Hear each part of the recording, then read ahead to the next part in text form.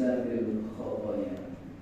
Dan dikhususkan 4 anggota badan di dalam wudu karena hal tersebut tempat banyak melakukan kesalahan.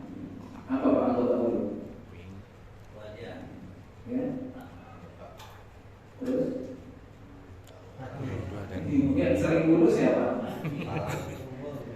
Muka. Depan. Mana dulu? Saya tanya.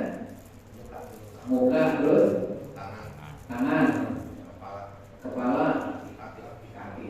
Ya. Ini kalau anak kecil udah hafal itu. Muka, kepala, tangan, kepala, kaki. Tapi ada dua-duanya itu. Itu anak apa ya? Paul. Kalau kita masih mikir gitu, dia udah apa? Jadi itu menurut mu'alif karena itu tempat banyak melakukan kesalahan.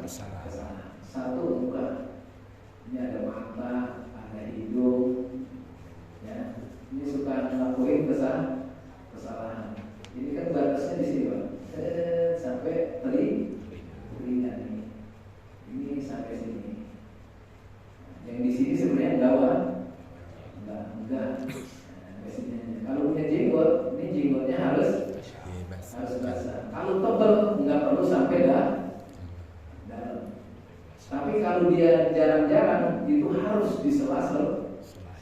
Nanti ada pembahasannya. Nah itu kenapa seperti itu? Ya namanya mata buat lihat, ngintip, tahu ngintip apa. Terus nyium, ya nyium apalah. Terus apa lagi? Kuping suka dengerin gosip. Nah, ini kepala termasuk ini kan di bagian ini. Maka kuping sebagai sunnah Pak, bukan wajib. Maka ada orang yang wudu sambil dia gini, terus kupingnya sekalian. Ada yang seperti itu. Iya, itu salah satu bagian dia melakukan. Kan kalau mazhab Syafi'i itu kepala itu hanya yang penting tenang. Ya ayyuhalladzina amanu idza qumtum ila sholati faghsilu wujuhakum wa aydiyakum ila marafiq wamsahu bi ru'usikum wa arjulakum ila ka'bayn. Jadi untuk mengusap kepala itu yang wajib-wajib itu tadi cuma 4 itu saja Pak. Termasuk mengkup itu, makanya orang kalau lagi wudu begini, dia dari depan suruh ke belakang gitu ya. Ada yang begitu, ada yang begitu karena wamsahu bi ru'usikum itu tafsirnya di bandung itu artinya sebagian itu kalau udah kena dikit berarti udah sah. Ini mazhab Syafi'i. Nah, kalau yang begini sempurna silakan. Ada yang begini sambil dia ngambil kuping. Ya, kalau kita kan kuping sendiri, ini sendiri gitu. Ya, ganti air yang malah bagus. Baik. Auli anna adama masya ila syajarati birijlaihi. Atau karena ini tentang kaki ini. Karena Nabi Adam saat dia menuju jalan ke pohon khuldi, dia menggunakan kedua kaki. Jadi kemudian watana wala min hadiyadai, menerima atau ngambil buah khuldi itu dengan tangan. Itu udah 2, kaki sama tangan. Wa akala man hadifani, makannya pakai mulut. Wa masar suhu wa rafaha, kemudian menyentuh dedaunannya dengan kepala. Jadi gitu Pak, lengkap deh. 4 kaki menuju ke sana, ambil pakai tangan, makannya pakai mulut. Ini tafsir berkaitan dengan kesalahan Nabi. Hanya khotoya tadi, kesalahan-kesalahan. Wa mujibuhu al-hadatsu ma'al qiyam ila sholati wa nahwiha. Dan yang mewajibkan untuk pelaksanaan wudu itu untuk apa? Karena masalah adanya hadas.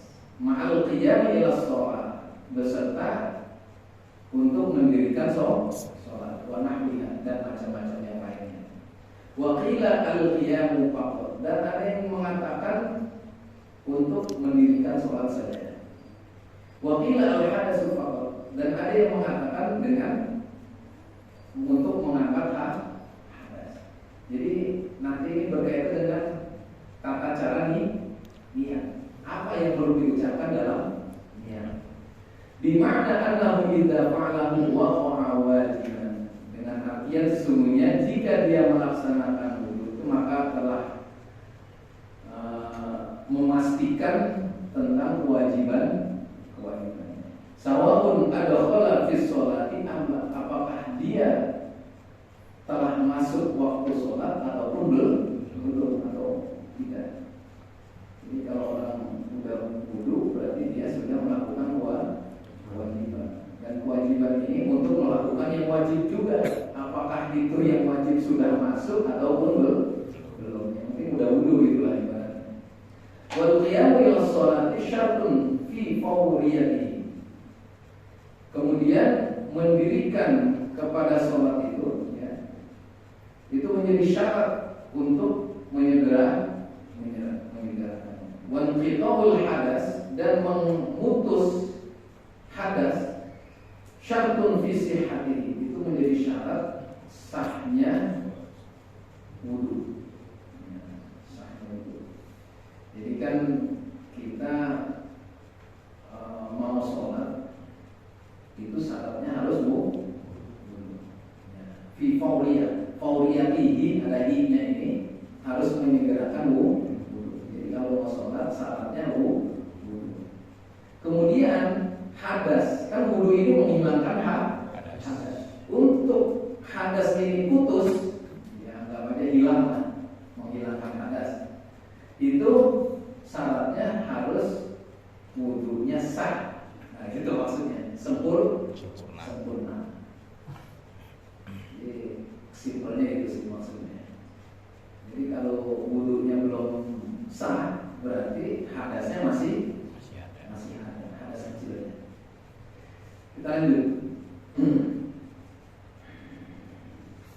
Furudul wudu, fardunya wudu.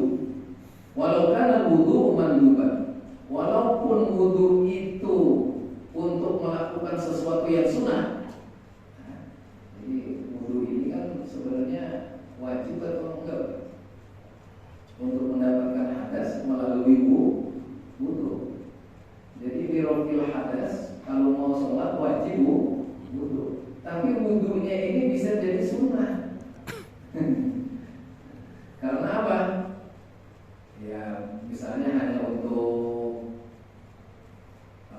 menjaga kesucian tiap waktu. Dia enggak mesti untuk sholat.